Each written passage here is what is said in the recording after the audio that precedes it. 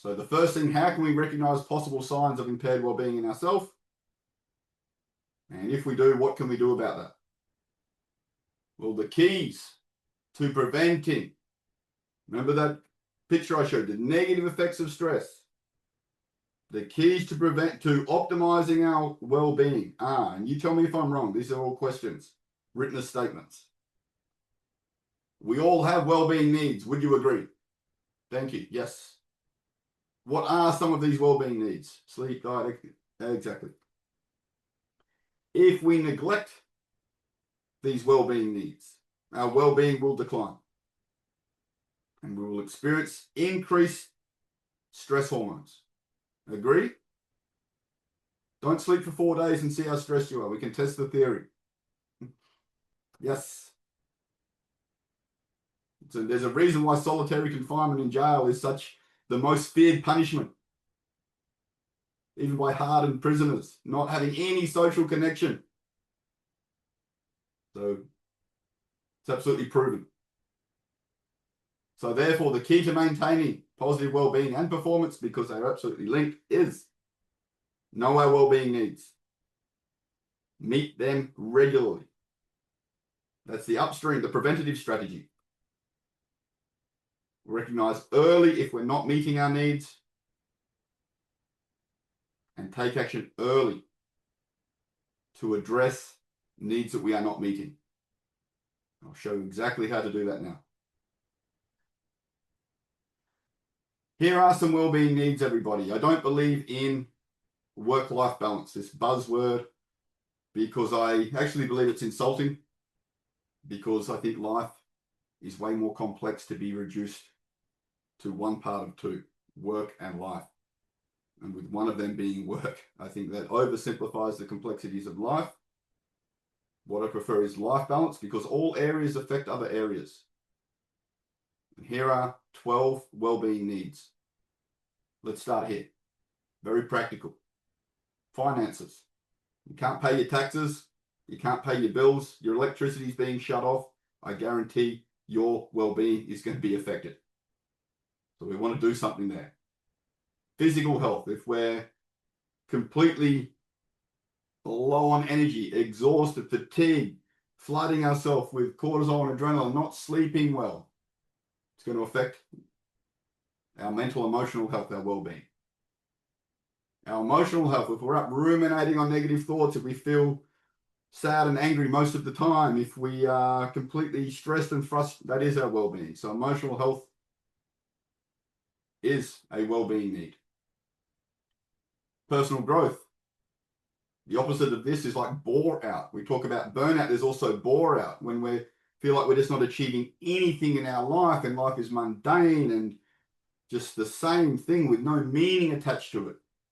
And it seems pointless. This is not good for our well-being. Sometimes, as I said, term bore out.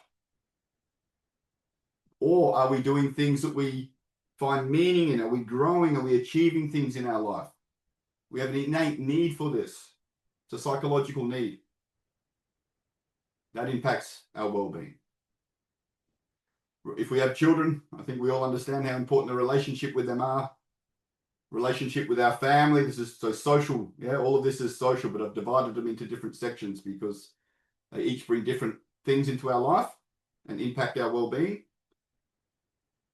Relationship with family, and this is all subjective, right? Absolutely. I'll explain this in a moment, how subjective this is. There's no right or wrong. I'll explain that in a moment. Our intimate relationship. Is that a source of stress when we go home? Are we arguing, fighting, or is this a place of calm and peace? Very different to how it will react and affect our well-being. Socializing with friends. Are we on solitary confinement? Have we put ourselves on solitary confinement and never see any of our friends anymore? That will affect our well-being. Ask any prisoner, as I mentioned before. Or are we happy with this level of socializing? This is very subjective. An extrovert might want to see 10 people a day. An introvert might want to see one person every 4 days or a week to feel filled up. There's no right or wrong. It's whatever the number is for you. I'll go a bit deeper on that in a moment. Time for yourself. If there's any parents out there, you know how important this is. If not, when you are a parent, you will know how important this is. And if not, it is very important. Fun and hobbies. Are you doing some things that are actually enjoyable in your life, or has life just become one big monotonous rat race that will affect your well-being and health? Life management. Are you paying your bills? Are you keeping your house as clean as you want it to be? And it's not about perfectionism. It's about whatever that level is for you. Everything else. How's your life running? And then career. Is that an absolute source of stress and never-ending frustration for you, or is it a place of meaning and providing value for others and self? An example of the subjectivity of this. A CEO billionaire who goes to job and hates every second of their job. You see a scoring scale here, would have a very low score for their career because of the way it's affecting the way they think about it. It's their experience. It's not about titles.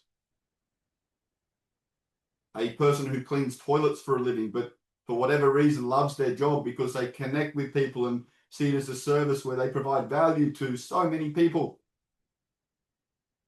they would have a much higher score here for career. They might be different in their finances or not, depending on how overcommitted the billionaire is, and how simple the person who cleans the toilets lifestyle choices are, but you get the idea.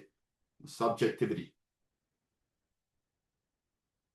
And what we do is we ask, how fulfilled am I in these areas? That's how it's subjective. It's not where am I at compared to others. It's definitely not that. It's the opposite of that. How happy, how satisfied, how fulfilled am I in each of these life areas? And we score this out of 10, with 1 being I'm absolutely not fulfilled at all. It's taking away from my well-being. 10 being I'm absolutely happy in that life area, absolutely fulfilled. So let's say someone does it as an example. I'll show you how you use this later. First, I'm showing you it, then we're going to experience it. If you're wondering where this is going. And let's say this is what a person does. I've just put the dots there for clarity, or the triangles there. And you can see this person has scored themselves like this. What would be an incredibly beneficial second question to ask ourselves now? We've asked, how fulfilled am I in these areas? This is our score. We can see very clearly there. It took about 90 seconds to do this.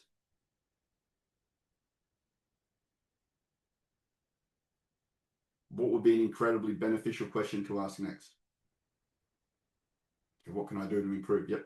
What can I do to meet my well-being needs, which are currently the lowest?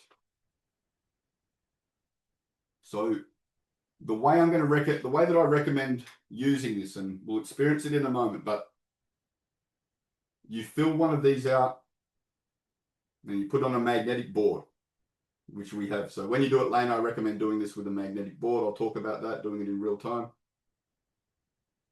I can provide you with all the things. You move your magnets on a Monday morning, 8 a.m. for example. You put a 5-minute blocker in your calendar and you ask yourself, how fulfilled am I in each of these life areas at present? You go, takes about 90 seconds, move your magnets. And then you see very clearly where areas are taking away from your well-being, where your well-being needs are not being met. This is like awareness at such a deep level that only took 90 seconds. And you do it regularly, every week. And you have it somewhere where you can see it, where you walk past it every day. So you're actually doing it daily. You can never, ever say, it snuck up on me, I didn't notice. Because you see it. Now the choice is, what can I do about it? So what would you do here if this was your wheel? And what people will say, or you can elicit, is, okay, so I've got low on socializing, fun and hobbies. I'd call a friend. Let's say I'd call Thomas and go for a hike with him on Saturday. What would that do? Well, I'd increase my socializing. Maybe I haven't seen anyone for 3 weeks because I've just been working. So that's already going to go from like a 4, let's say, to a 6 or a 7. So you've moved that out. Can move your magnet. I haven't done anything fun because I've been working and I really love hiking. So I'm going to move, that will move up another 2 or 3 points. It's also going to benefit my physical health. Wow, because I'm going to be out in the sunshine. I'm going to be in the beautiful Swiss mountains. I'm going to be moving my body. It's physical exercise. So that moves up 2 or 3 or 4 points. I'm getting vitamin D. I'm getting fresh air. Beautiful Swiss natural mountain air. Incredibly good for you. Read Heidi. So our emotional health also comes up because we're meeting our well-being needs. Incredibly simple, but here's the thing. We all know sleep is so important for our health, right? That if we don't write it into ChatGPT or buy the book, Why We Sleep, I think it's called, Walker, I think is his name. Very illuminating. The knowledge is more and more mainstream now. Nothing simpler than sleeping. Lie down, close eyes. How many people have an optimized sleep routine where they get up at the same time every morning and go to bed at the same time? Circadian rhythm. It's when we reset all our hormonal balances. Incredibly important for our health. Like massive benefits. So simple.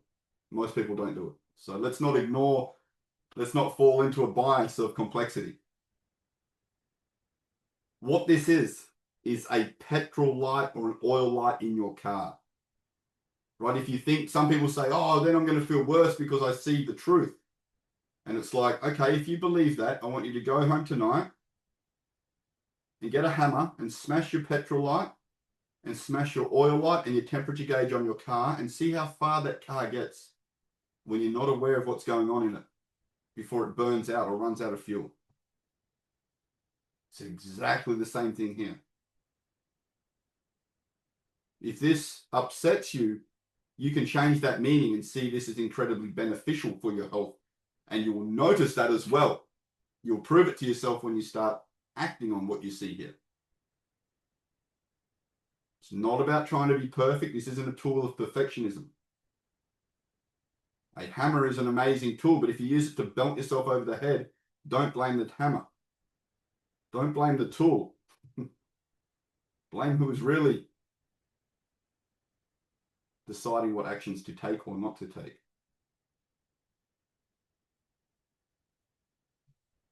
So let's try this now. I'm going to hand everyone a copy of this. So we hand out everyone the life balance wheel, photocopied version. Okay, I'm going to put 2 minutes. Normally it takes 90 seconds. I'm going to give you an extra 30 seconds to show you how quick this is. 2 minutes on the clock.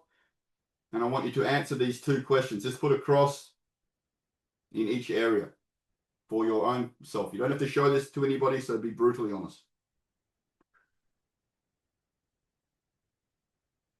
Okay, and now I'll give you 2 minutes to reflect upon and to write down on your paper, what will you do to meet your well-being needs which are currently lost this week, immediately. Okay, anyone, we do that. Anyone willing to share some of the things that they, well, we can do this. What insights, what do you choose? And yeah, Lana, focus in on number 2. What do you choose to do to manage your well-being this week? Because that's where the rubber meets the road. That's the real actions. Good. Okay, just to recap, reasons to use this. Awareness comes first. If we don't notice these things, nothing changes or it gets worse. Well, it doesn't, it's not nothing changes, it gets worse. If we don't notice things that are heading downwards, it continues to head downwards. It's a perfect metaphor for this, a warning light on your dashboard in your car. You'd rather know early than have your engine burn out on the highway. It's the small things that make all the difference. Small weekly adjustments. It's the key to well-being. And you break out of autopilot. This is amazing. It's like outsourcing your intellect to you when you're in a good state. So you make sure you do this every Monday and then you take actions. So you measure it every Monday and then you take the actions. It's like having a personal coach. This all of a sudden gives you so much information in only 90 seconds. It's really incredible. I give it to every single person who comes to us with burnout from the SVLR.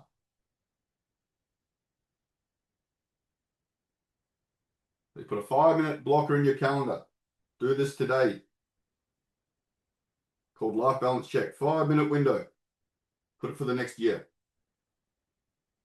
And then when it comes to that blocker, every Monday morning, whenever works for you, you ask the questions. How fulfilled am I currently in this area?